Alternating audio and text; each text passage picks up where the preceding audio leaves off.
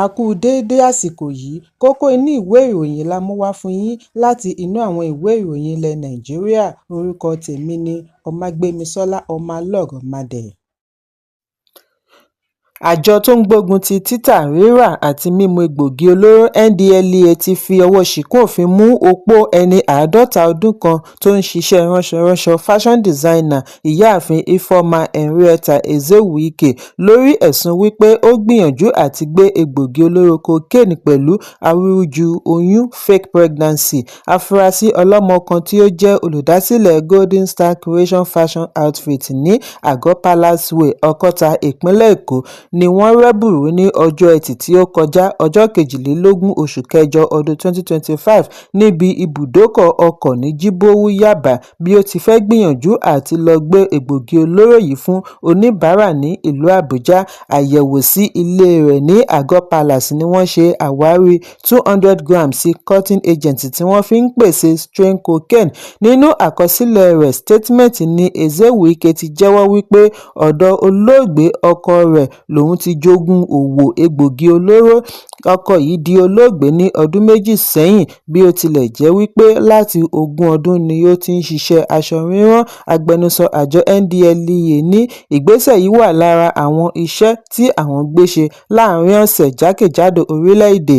Ẹ̀kúnrẹ́rẹ́ ìròyìn wà nínú ìwé ìròyìn Vanguard tó jáde lónìí. Àjọ alámòjútó ilé-ìwé ẹ̀kọ́ṣẹ́mọṣẹ́ olùkọ́ NCEE ti ṣe àwárí ilé-ìwé ẹ̀kọ́ṣẹ́mọṣẹ́ olùkọ́ 22 tí ó ṣe lòdì sófin ìjọba 22 illegal colleges of education. Àwárí yìí wáyé níbi ìkọlù sí àwọn ilé-ìwé wọ̀nyí jákèjádò orílẹ̀-èdè.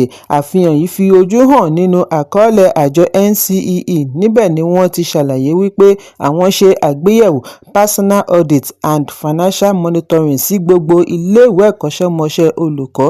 Àìpẹ́ yìí ni Ààrẹ Bọ́lá Tinubu rọ àjọ NUC, MBTE àti NCEE kí wọ́n gbá gbogbo ilé-ìwé àìtọ́ lórílẹ̀-èdè.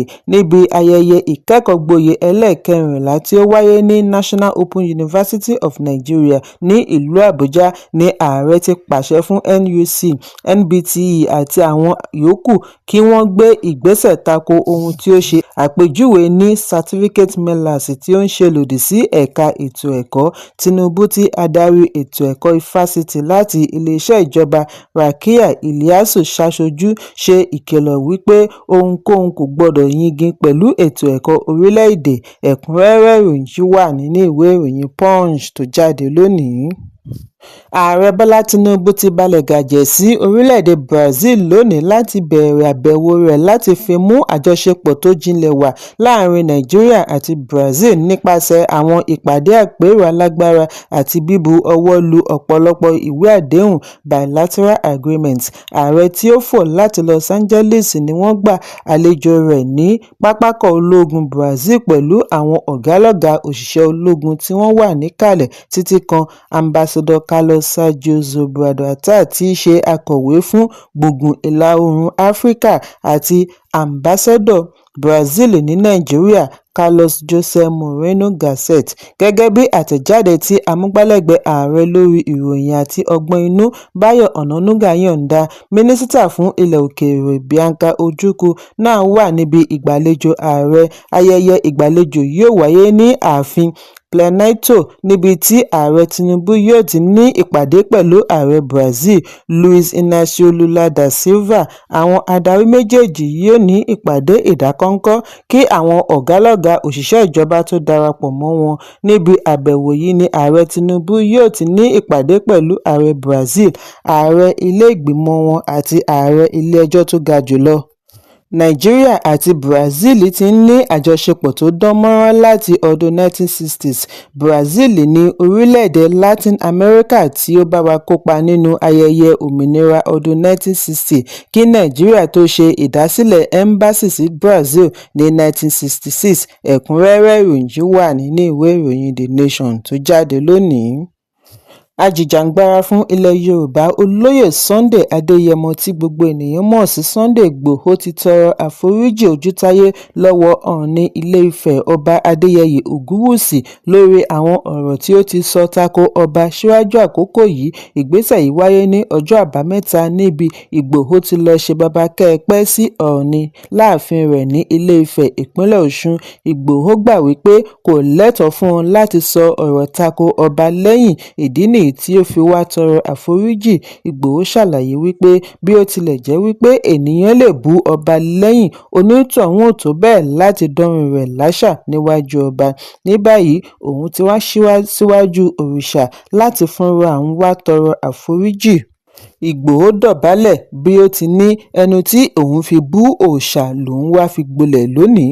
Síwájú àkókò yìí ni ajìjàǹgbara yìí fi ẹ̀sùn kan Ọọ̀ni wípé ó kọ̀ àti bá olóògbé ààrẹ àná Muhammadu Buhari sọ òtítọ́ ọ̀rọ̀ lórí ìpèníjà àwọn ará ilẹ̀ Yorùbá níbi ìpàdé tí ó ní pẹ̀lú Buhari ní ìlú Àbújá. Èyí pẹ̀lú ìkọlù rẹ̀ sí àwọn adarí Yorùbá yòókù ni ó dá awuyewuye sílẹ̀ ní ìgbà náà. Níbi ìpàdé orí ẹ̀rọ ayélujára tí ó wáyé ní Town Hall ní ọdún 2021 pẹ̀lú ará Yorùbá ní ilẹ̀ òkèèrè ni Ìgbòho ti ṣe àpèjúwe Ọọ̀ni, Ààrẹ Tinubu, Gómìnà ìpínlẹ̀ Ọ̀yọ́ Ṣèyí Mákindé àti àwọn Yorùbá olóṣèlú mìíràn ní ẹrú subservient fún àwọn Fúlàní. Bákan náà ni ó ṣe ẹ̀sùn wípé àwọn Yorùbá adarí kúndùn nínú kí wọ́n máa lọ Àbújá lọ gba owó bí ó ti lérí wípé gbogbo ohun ìní wọn ni wọ́n máa ṣe ìkọlù sí. Ẹ̀kúnrẹ́rẹ́ ìròyìn wà nínú ìwé ìròyìn Nigerian Tribune tó jáde lónìí. Olú ilẹ̀ Warri Ọ̀gànmí Àtúnwàṣe kẹta ti fi oyè Royal Order of Iwa ROL dá ààrẹ ẹgbẹ́ Kìrìsìtẹ́nì àná Pásítọ̀ Ayọ̀ Oríṣèjàfọ́, aya igbákejì ààrẹ orílẹ̀-èdè ìjẹta Dr. Helen Boyo Ekwueme àti oníṣòwò epo Dr. Ebi Omasola. Àwọn méjì yòókù ni ọ̀gbẹ́ni òṣìṣẹ́ ilé-ìfowópamọ́ àti olùdásílẹ̀ ilé-iṣẹ́ ọtí Ìkòmè àti aṣaralóge Ìyáàfin Tara Fẹlá níbi ayẹyẹ tí ó wáyé ní ààfin Warri, ìpínlẹ̀ Delta láti fi sààmì ọjọ́ kẹfà ayẹyẹ ọdún kẹrin ìgbádé ni ọba ti ní inú òun dùn láti rí àwọn ìlúmọ̀ọ́ká ọmọ bíbí Ìṣẹ̀kírì tí wọn kò ṣe ìdánimọ̀ pẹ̀lú ìlú wọn ṣùgbọ́n tí aráàlú ti dámọ̀ báyìí. Ó wá túbọ̀ rawọ́ ẹ̀bẹ̀ sí àwọn ọmọ ìlú Ìṣẹ̀kírì nílé lájò àti nílẹ̀ òkèèrè kí wọ́n padà wálé nítorí òun yóò tẹ̀síwájú àti máa ṣe ìdánimọ̀ wọn nínú gbogbo iṣẹ́ tí wọ́n bá yàn láàyò. Olú ṣàlàyé wípé àwọn tí òun ṣì mú tẹ́lẹ̀ fún aráàlú ibòmíràn tí wá ń ṣe ìdánimọ̀ ara wọn pẹ̀lú ilẹ̀ Ìṣẹ̀kírì báyìí. Ẹ̀kúnrẹ́rẹ́ ìròyìn wà nínú ìwé ìròyìn Vanguard tó jáde lónìí. Ìdílé 458 tí ẹ̀kún omi kó bá lọ́dún yìí ní Mokwa, ìpínlẹ̀ Niger ni wọ́n ti ṣe ìrànlọ́wọ́ owó àti oúnjẹ fún. Kò dín ní ènìyàn 260 tí a gbọ́ wípé wọ́n di olóògbé sínú àjálù tí ẹgbẹ̀lẹ́gbẹ̀ sì di aláìnílélórí, ṣùgbọ́n ìdá 25 nínú ọgọ́rùn-ún 25% sì máa gba ìrànlọ́wọ́ sí i. Alága ìjọba ìbílẹ̀ Mokwa tí ó tún jẹ́ akọ̀wé ìgbìmọ̀ tó ń ṣàmójútó pínpín ohun amáyédẹrùn Alhaji Dauda Liman tí ó ṣe àfihàn yìí fún àwọn akọ̀ròyìn lánàá ní ìdílé kọ̀ọ̀kan ni ó gba mílíọ̀nù kọ̀ọ̀kan náírà àti oúnjẹ tútù tí ìjọba àpapọ̀ àti ìpínlẹ̀ ṣe àgbékalẹ̀ pẹ̀lú àwọn ẹlẹ́yinjú àánú ọmọ orílẹ̀-èdè títí kan ilé-iṣẹ́. Ó wá ṣèlérí wípé gbogbo àwọn tí kò tíì rí ìrànlọ́wọ́ tí wọ́n gbà ni wọ́n máa tó gbà. Bákan náà ni ó ṣe àfihàn wípé àwọn kò tíì rí bílíọ̀nù 2 náírà tí ìjọba àpapọ̀ ṣèlérí láti fún wọn. Àwọn tí kò tíì rí ìrànlọ́wọ́ sì pọ̀ tó 20 to 25%. Lára wọn ni àwọn tí wọ́n kó lọ ìlú ibòmíràn láti fi ara pamọ́ ní kété tí ìjàmbá yìí wáyé. Nígbà tí ó ń yànnàná bí wọ́n ti pín owó, ó ní àwọn tí ó ní 424 ilé àti ṣọ́ọ̀bù tí ẹ̀kún omi parun gba ẹgbẹ̀rún lọ́nà ẹ̀ẹ́dẹ́gbẹ̀ta náírà 500,000 naira ẹnìkọ̀ọ̀kan. Nígbà tí àwọn ẹbí tí wọ́n pàdé pàdánù ẹni wọ́n gba mílíọ̀nù kan náírà ọ̀kọ̀ọ̀kan wọn. Nípa igbákejì ààrẹ Kashim Shettima ní ìjọba àpapọ̀ fi jẹ́jẹ̀ẹ́ bílíọ̀nù 2 náírà fún àwọn tí wọ́n rí ìjàmbá ẹ̀kún omi àti fún àtúnṣe afárá Mokwa nígbà tí wọ́n wá ṣe àbẹ̀wò ìbánikẹ́dùn ní kété tí ìjàmbá yìí wáyé. Ẹ̀kúnrẹ́rẹ́ ìròyìn yìí wà nínú ìwé ìròyìn Vanguard tó jáde lónìí. Òṣèrébìnrin àti olùpèsè sinimá Fúnkẹ́ Akíndélé ti ṣíṣọ lójú iṣẹ́ mìíràn rẹ̀ tuntun tí ó pe àkọlé rẹ̀ ní Behind the Scenes tí premiere rẹ̀ yóò wáyé nínú oṣù Kejìlá ọdún 2025 bí ó ti ń ṣe ayẹyẹ ọjọ́ ìbí ọdún méjìdínláàádọ́ta 48 ni ó ń fi ìmoore rẹ̀ hàn sí àǹfààní tí ó ní láti máa ṣe àgbékalẹ̀ ìtàn tó ń ní ipa ní Akíndélé ṣe àpèjúwe sinimá yìí ní àrà ọ̀tọ̀ tí àwọn alátìlẹyìn rẹ̀ yóò gbádùn. Ó wá dúpẹ́ lọ́wọ́ àwọn olólùfẹ́ rẹ̀ fún àdúrótì wọn gbogbo ìgbà bí ó ti ní ìrìnàjò ń tẹ̀síwájú. Lára àwọn sinimá tó lààmìlàaka Akíndélé láti rí A Tribe Called Judah, Battle on Buka Street àti Ọmọ Ghetto The Saga. Bí àwọn olólùfẹ́ rẹ̀ ṣe ń fojú sọ́nà fún Behind the Scenes. Ẹ̀kúnrẹ́rẹ́ ìròyìn yìí wà nínú ìwé ìròyìn The Nation tó jáde lónìí. Ìlúmọ̀ọ́ká ìràwọ̀ òṣèré Nàìjíríà Ìyábọ̀ Òjó ti di ìyá tí a mọ̀ sí grandma lédè Gẹ̀ẹ́sì bí ọmọbìnrin rẹ̀ Priscilla Òjó àti ọkọ rẹ̀ olórin ilẹ̀ Tanzania Juma Jux ṣe bí ọmọ wọn àkọ́kọ́ ní ilẹ̀ Canada tí wọ́n pe orúkọ rẹ̀ ní Rakim Ayọ̀mídé Nkambala.